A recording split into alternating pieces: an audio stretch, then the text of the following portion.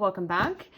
All right, so this is my first video of 2020. As you notice, kind of mid-December through January, I didn't post anything. I have been in a creative rut. I've hardly been planning. I've hardly been playing with paper. I don't know. I just felt really uninspired. And I think it kind of just came down to my planner, you know, not enjoying anymore what I'm using. And I don't even know that it's not that I'm enjoying it. I just think that it's kind of time to get out of the comfortable zone. If you watch Lisa Marie's Glam, her daily videos, she was talking today about, you know, being comfortable. And I'm like, yeah, like I'm totally comfortable.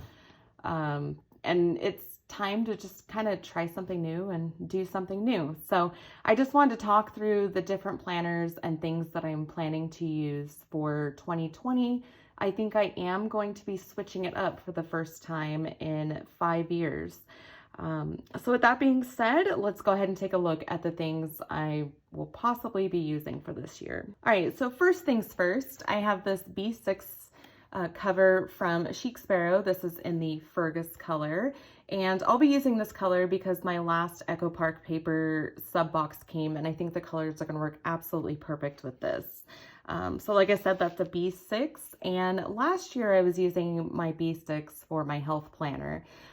I used it to, you know, kind of change my lifestyle, to change my diet, start exercising and taking measurements and doing all the things that I needed to do to lose some weight. And I didn't quite hit my goal of 30 pounds, but I did lose 28. And to be honest, I'm pretty damn proud and I'm pretty excited. So this year, it's not going to be that much of a focus just because I did change my lifestyle. It is a habit now, and there are things that I feel that are going to be, you know, I don't need to track anymore because I'm doing it on a regular basis. So there's no sense in tracking things for me, you know, that I don't really need to track. So it's just adding one more thing on my day that I feel like I need to be using. So with that being said, my B6 now is going to be holding my reading log. This is from Jasenia Printables or Planner Sophisticate, and I have not filled out anything in this book yet. And then I just have a B6 notebook from Simply Gilded from the sub box, and that just kind of houses different notes, different things I need to buy, stuff like that. So I am not sure what else I'm going to fill this notebook with.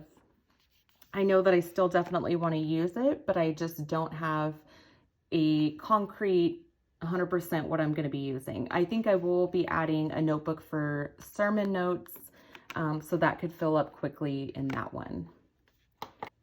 All right, so I am going to set these two off to the side for right now. This is not so much a planner as it is a grown-up activity book. So this is from the Reset Girl, and this is her Crafty Club playbook. I will link her down below so you can take a look. She's been prominent in the planner community for quite some time now, so you may be familiar with this. And what this is exactly that. It's a playbook for adults. And I wanted to get this because for one, I absolutely love her and her mission and everything that she does, and I've been following her. I think she was the first planner person that I ever started following on YouTube and, you know, following all her content. And with this is a printable book that I have cut down, punched and put into some rings here. So there's a lot of different activities in this book. So there's, let's see if I can twist that there. So there's memory planning. Right here is a mood board. So I still need to fill this out for January, but it's just, you know, documented for the month, which I like. And then with that, there are different activities such as putting photos in here. And then you get to the activities. And this book does run from January to February.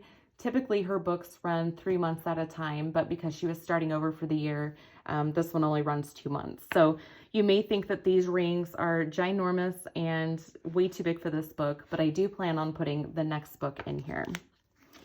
So there's just a whole lot of activities.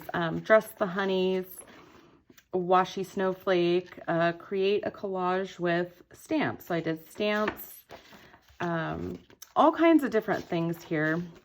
So like this one, it was, you know, your favorite washi tapes. And then you get on to challenges and art journaling. So you just take the prompt and you can do whatever you want on here. So this is a really nice book to work out of if you're looking for a little bit of guided activities. You know, it's do this spread here. It's not going to tell you exactly what to do, but it gives you somewhere to start. So far this has been really nice in, you know, kind of getting me creative on days where I may not know what else to do. All right, so there's that. Okay, get her out of the way. All right, and you guys are familiar with my Inkwell press. Like I said, I have been using this planner. I believe this will be my 5th year using it. And I love Inkwell press. I absolutely love their paper. I love the layout. I love everything about it. But this year there was a change.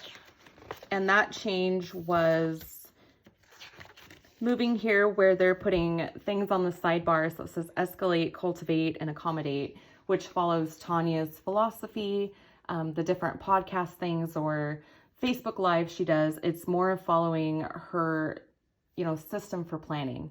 And I think it's great. I think she has a lot of really great information. However, it's not the way that I want to plan. Her ideas and things that, you know, she's very passionate about just don't work for me in my season of life. So not that that necessarily stops me from using this planner the way I've always done it, but it does kind of give me, you know, because there's these lines now, so it breaks it up a little bit more than I would like it to.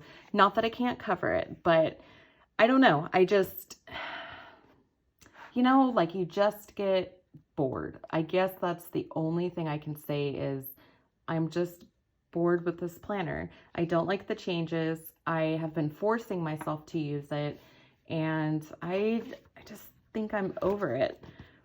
So let's go ahead and look. So I did fill out the monthly here.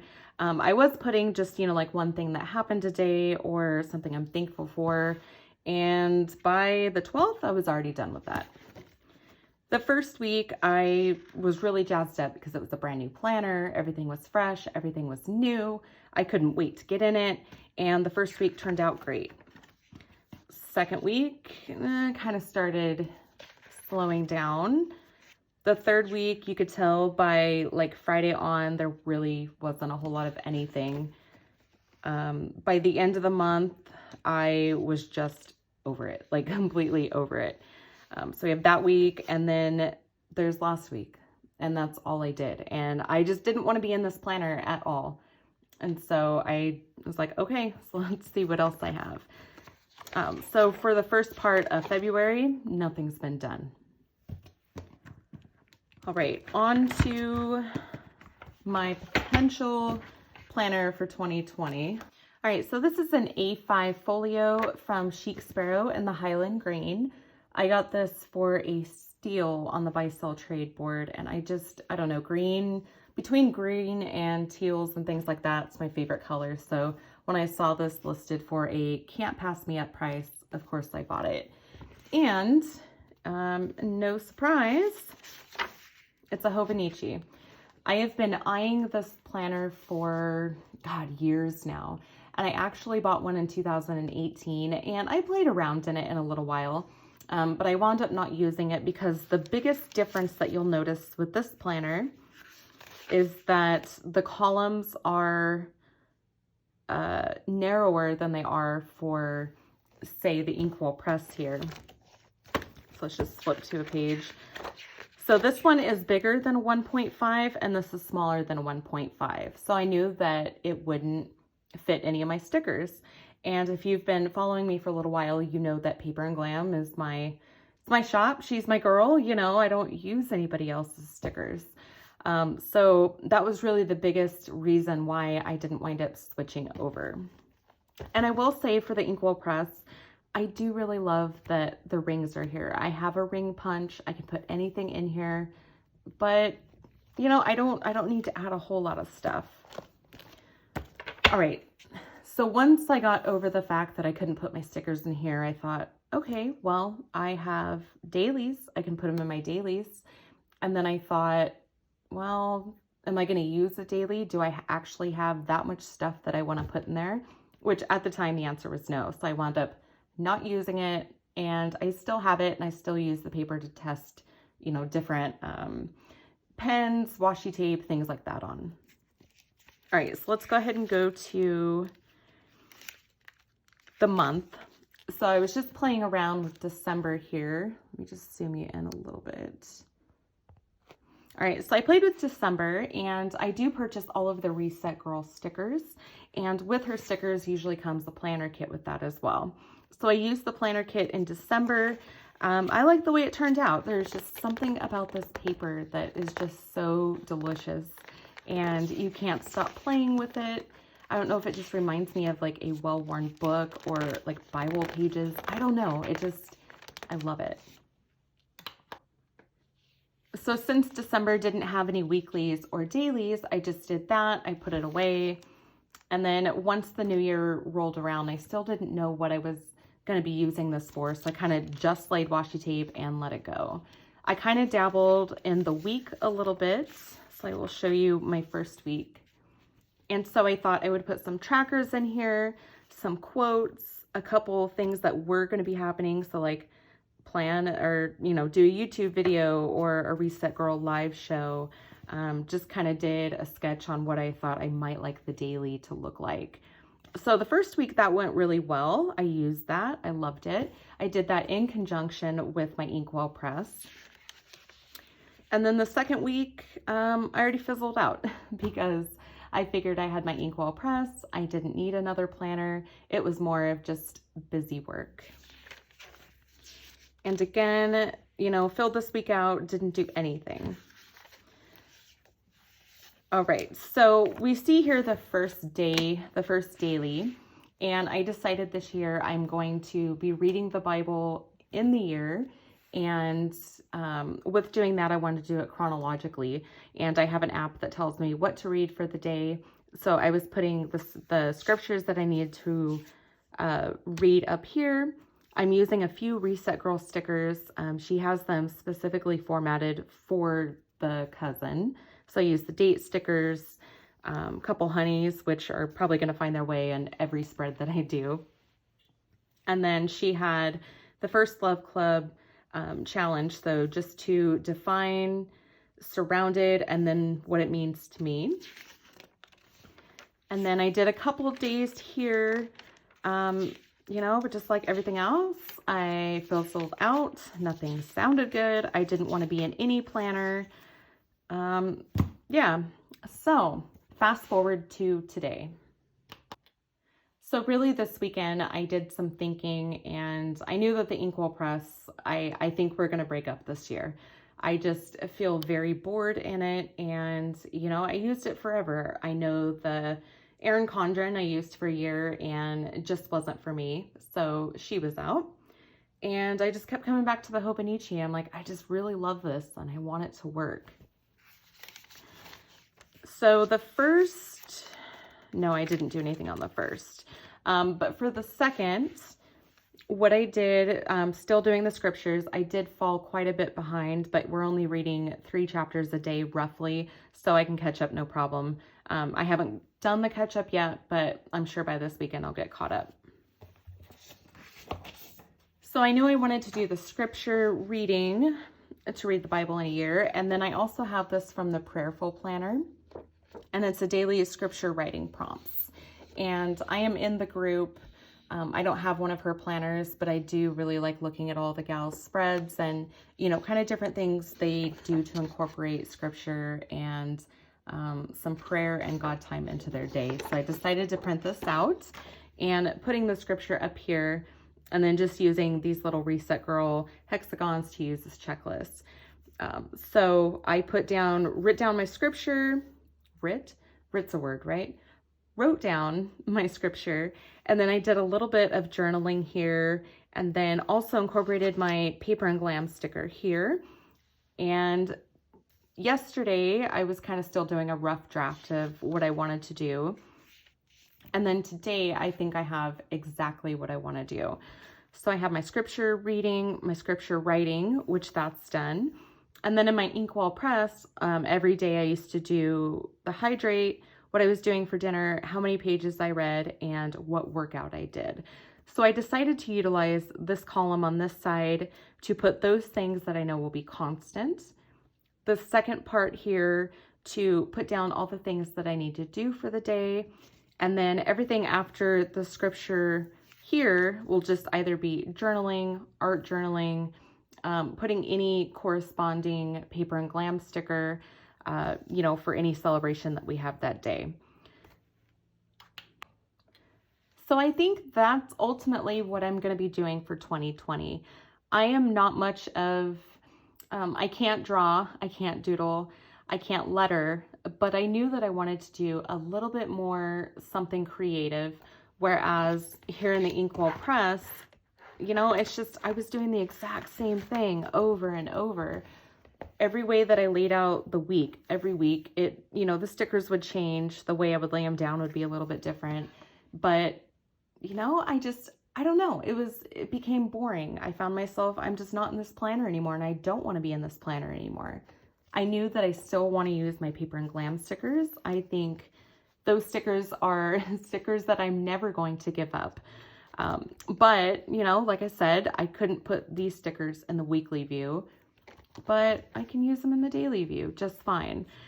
So that being said, I think I have found my planner for 2020. So I just kind of wanted to get this on video, you know, to let you guys know that, you may not be the only person struggling with what to use for 2020. And it's not like it has to be set in stone the first day, you know, January 1st.